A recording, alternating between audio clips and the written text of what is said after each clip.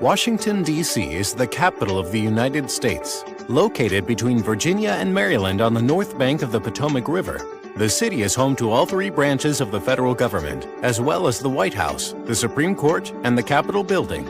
Washington had an estimated population of 700,000 as of July 2018, making it the 20th most populous city in the United States. It was founded in 1791 and named after President George Washington. Columbia, in District of Columbia, refers to Christopher Columbus. Washington, the District of Columbia, is not a state, nor is it a part of any state. It is a unique federal district created specifically to be the seat of government. From the very beginning, it was a city that was steeped in history and created out of a need to establish a central location for the running of the government. The history of Washington, D.C. is tied to its role as the capital of the United States. Various tribes of the Algonquian-speaking Piscataway people inhabited the lands around the Potomac River when the Europeans first visited the area in the early 17th century. One group, known as the Nacotchtank, maintained settlements around the Anacostia River within the present-day District of Columbia. The site of the District of Columbia along the Potomac River was first selected by President George Washington.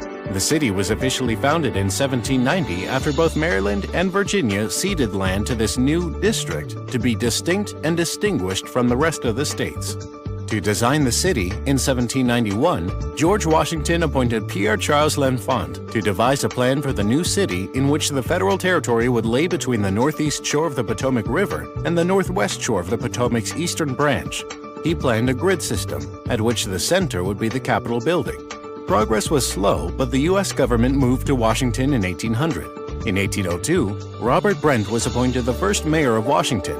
However, a decade later, because of the war with Britain, the city came under attack in an episode known as the Burning of Washington. British forces burned several buildings, including the White House. Most government buildings were repaired quickly. However, the Capitol was largely under construction at the time and was not completed in its current form until the late 1800s. In the early and mid-19th century, Washington, D.C. continued to grow. A rail line from Baltimore to Washington was opened in 1835. However, there was racial tension in the growing city. There were many slaves in Washington as well as free blacks. The tension erupted in the Snow Riot of 1835 when whites attacked blacks. Washington remained a small city of a few thousand residents, virtually deserted during the summertime until the outbreak of the Civil War in 1861. President Abraham Lincoln created the Army of the Potomac to defend the federal capital, and thousands of soldiers came to the area. A year later, slavery was abolished throughout the district, 8 months before Lincoln issued the Emancipation Proclamation. The city became a popular place for freed slaves. The significant expansion of the federal government to administer the war and its legacies led to notable growth in the city's population, doubled to 132,000 in 1870. Life in Washington, D.C. improved in the late 19th century. President Grant appointed Alexander Robey Shepherd to authorize large-scale projects that greatly modernized Washington. It was the first city in the nation to undergo urban renewal projects as part of the City Beautiful movement in the early 1900s. In the early 20th, the McMillan Plan was drawn up to remove many of the slums that surrounded the Capitol, replacing them with new public monuments and government buildings. Washington, D.C., however, remained deeply divided along racial lines. Violence broke out in cities across the country again. Whites, including uniformed sailors and soldiers, attacked blacks during Red Summer. Woodrow Wilson gave a voice in world affairs throughout the country's entry into World War I in 1917, and through his work to establish the League of Nations, an organization promoting international cooperation. After the war, civic pride and culture flooded the city. Art galleries, museums, and concert halls were built. Like the rest of the country, Washington, D.C. suffered in the Depression of the 1930s.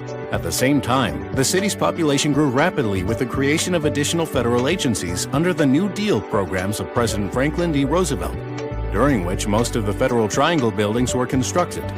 World War II brought further population increases and a significant housing shortage, as existing residents were urged to rent rooms to the influx of federal staffers who arrived from throughout the country.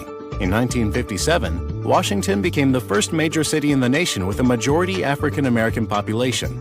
With the buildup of government and defense industries during World War II, many new residents found jobs. In the post-war years, whites who were better established economically began to move to newer housing in adjoining states in the suburbanation movement that occurred around most major cities. In 1963, Washington took center stage in the Civil Rights Movement with the March on Washington, where Dr. Martin Luther King delivered his historic "I Have a Dream" speech. However, following the assassination of King on April 4, 1968, in Memphis, Washington was devastated by the riots. The civil unrest drove many whites and middle-class blacks to move out of the city core. Despite riots and civil unrest, Washington, D.C. continued to develop during the rest of the 20th century. After more than 200 years as the nation's capital, Washington has developed as a complex and layered city with a distinctive character, both a town for locals, an international center of power, and an amazing place to visit. Thank you for watching. Please check out our other animations on history, and don't forget to share, like, and subscribe.